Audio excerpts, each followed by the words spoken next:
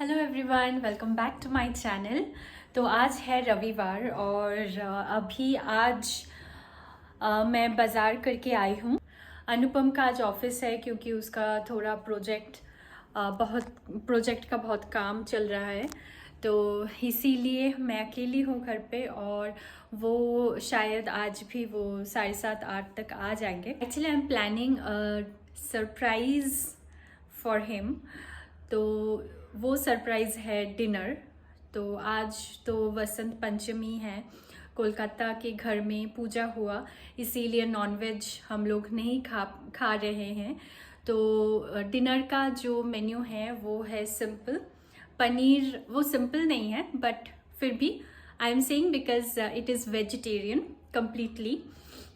तो वो है पनीर, चिली पनीर और वेज फ्राइड राइस। तो ये है रात का खाना और ये खाना मैं उसको एज अ सरप्राइज़ देने वाली हूँ।